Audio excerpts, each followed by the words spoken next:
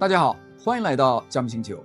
周一呢，我讲了结构性的卖压 2.0， 那期视频讲的是机制 ，ETF 怎么流出，美股怎么放大，杠杆如何清算。但机制呢，只回答了一个问题：市场是怎么下跌的。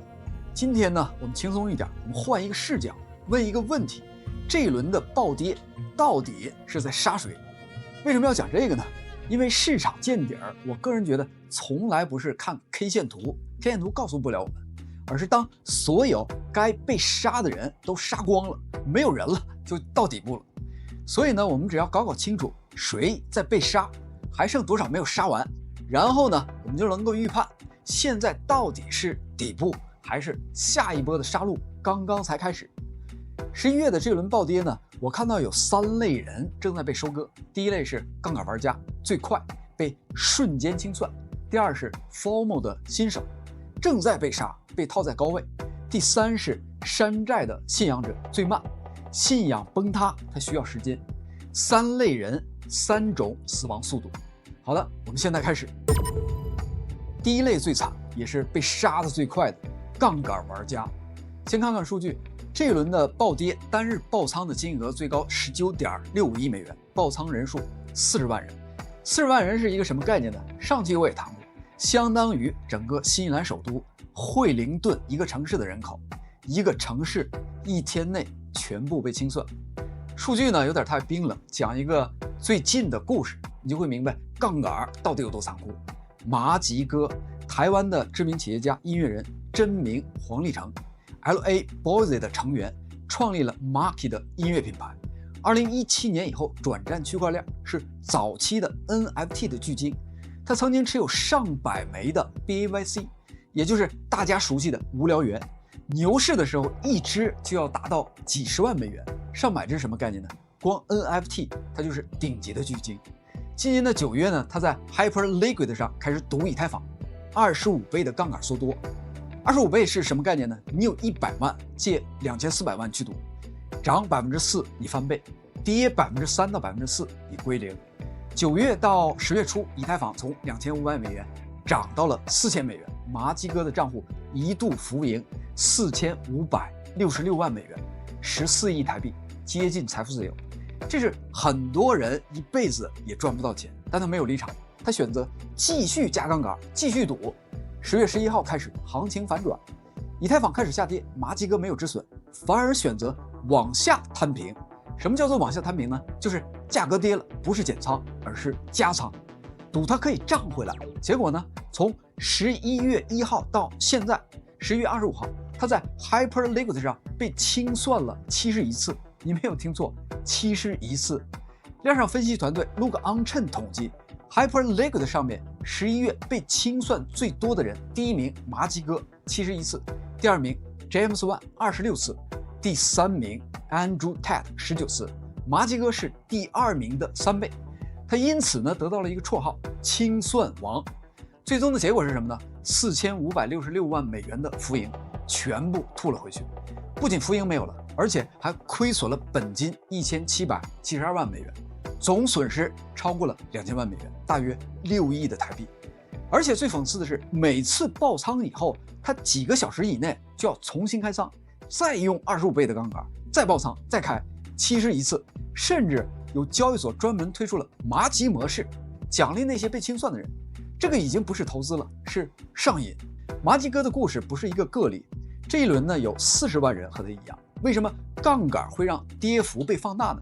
我们在上期里边举了一个例子，正常的市场呢就像一排多米诺的骨牌，价格跌一点儿推倒一张骨牌，但杠杆的市场不一样，每一张牌的后面都绑着10张、20张额外的牌，所以当第一张的牌倒下，价格跌一点儿，触发第一批的爆仓，爆仓导致被动的卖出，价格继续跌，价格继续跌，触发第2批的爆仓，再被动的卖出，价格加速的下跌。这个就是一条清算链。比特币从10万跌到8.6万，跌幅14%，但对20倍杠杆的人来说，这个就是归零。现在杠杆的玩家已经被杀到什么程度了呢？我在 Coinglass 上看数据，从660亿跌到580亿，跌了12%。这个意味着高倍的杠杆10倍以上基本上被杀光了。中低倍的杠杆5倍以下的，可能还有一部分没有被清理。从图中23号的数据来看，好像已经杀到底了。24号和25号的合约杠杆交易量有小幅的提升，又有一波赌徒开始入场了。第二类，这轮行情里边数量最多的人 ，FOMO 的新手。什么叫 FOMO 的新手呢？就是在比特币冲高到10万、11万、12万的时候，看到新闻，看到朋友赚钱，看到社交媒体上疯狂的讨论，忍不住冲进来的人。这些人的特点大部分是新手，没有经历过熊市，在10万到12万高位的时候买入，心态是现在不买就晚了，比特币年底会达到15万，可能用了杠杆5倍、10倍。怎么判断当时 FOMO 的新手大量的入场了呢？有3个数据。第一是成交量是否暴增，比特币在10到12万的时候，成交量明显的高于平时，这个说明有大量的新的资金入场。第二是否有新的钱包地址激增，量上数据显示11月初的比特币冲高的时候，稳定币新钱包的地址数量暴增，这些呢都是新的用户。第三是社交媒体的情绪 ，Twitter、Reddit 上关于比特币的讨论量在10月达到了高峰，都是比特币要冲高到15万，现在你不上车就是晚了的这种帖子。这几件事加在一块儿，就会出现典型的 FOMO 的信号。他们现在是一个什么状态呢？比特币从10万跌到了8.6万，跌幅14%。对在11到12万入场的人来说，账户浮亏15%到30%，而且很多人用了杠杆，5倍杠杆跌14%，可能就爆仓了；10倍的杠杆跌10%就爆仓了。但更可怕的是心理的状态。新手最大的问题不是说亏钱，而是心态的崩溃。举一个非常典型的案例，我的一个前同事，年轻的亚马逊的程序员，月薪5万多，10月看朋友赚钱，他忍不住了，在11.8万的时候买入，还上了5倍的杠杆，相当于500万的仓位。10月21号，比特币跌到8万，他已经爆仓了。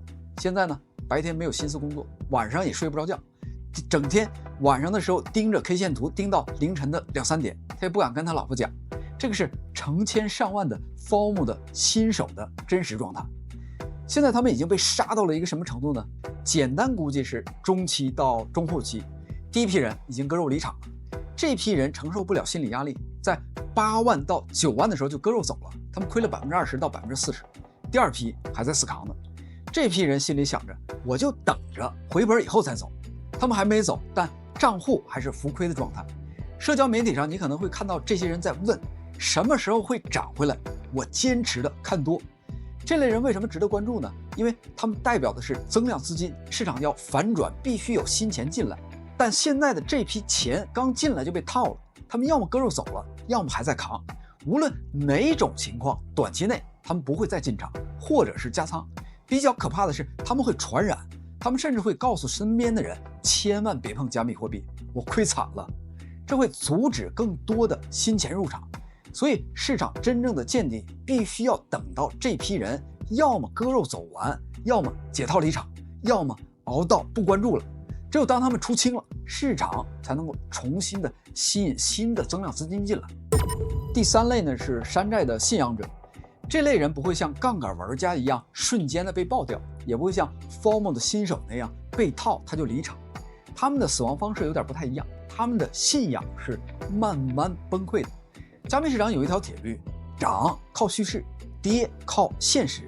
10月末到11月初最火的叙事就是 AI 板块，淘、窝球疯狂暴涨，很多人相信这是下一波的100倍机会，有人上杠杆，有人梭哈，有人甚至借钱炒币。结果11月暴跌， AI 币跌得比比特币跌得惨多了，跌幅50%、60%、70%，这个都很常见。为什么杀得这么狠呢？比特币是加密市场里边的定海神针，它一旦下跌，情绪就会被踩踏，其他的币会被一起的给带下来。现在的山寨币信仰者大致分成2大类，第一类呢是投机者，亏了就走，这种人没有情感，亏钱就结束。第二类呢是真正的信仰者，他们不会马上卖，而是开始怀疑人生，亏钱只是一个数字，信仰崩塌是整个认知体系的被摧毁。现在他们被杀到什么程度了呢？我判断是中期偏早，因为 AI 板块还没有真正的横盘筑底，只有当 AI 币止跌横盘，山寨信仰者才算真正的被杀光了。现在还看不到这种迹象。好的，现在呢，我们把3类人放在一起来看。第一类呢是杠杆的玩家，状态已经进入了晚期，基本上被杀光了。第二类是 FOMO 的新手，还在中后期，这个主要看的是成交量有没有萎缩，社交媒体的情绪有没有冷却。第3类呢是山寨的信仰者，同样是中期，判断方式是 AI 板块有没有真正的止跌横盘。从杀人的这个角度来看的话，市场现在还处在一个中后期，但整体来看，要了解市场到底处在一个什么样的位置，我觉得还得看上期谈到的几个指标 ：ETF 是否回流，纳指是否还继续下跌 ，OI 是否回升10%以上，最关键的一点，流动性有没有回来。好的，今天的这期视频我用了一个反向视角，看看市场上有谁正在被杀，有没有被杀完，从而反向的判断一下是否已经到达了底部。麻吉哥的故事呢，告诉我们杠杆呢其实就是魔鬼，就是赌博。4566万美元的浮盈，可以让他一辈子财富自由，但他没有离场，最终呢亏损了1772万美元。FOMO 新手的故事告诉我们，高位接盘是一个常态，市场总是在最疯狂的时候吸引新手入场。山寨信仰者的故事告诉我们，趋势会逐渐的冷却。好的，如果你喜欢这种用结构、用逻辑来分析市场的方式，请点赞、订阅、留言，也欢迎加入我们的 Discord 社区吃瓜群众自治社，入口就在外网频道的主页。周五我们讲 Tom Lee 的故事，我们下期再见，谢谢，再见。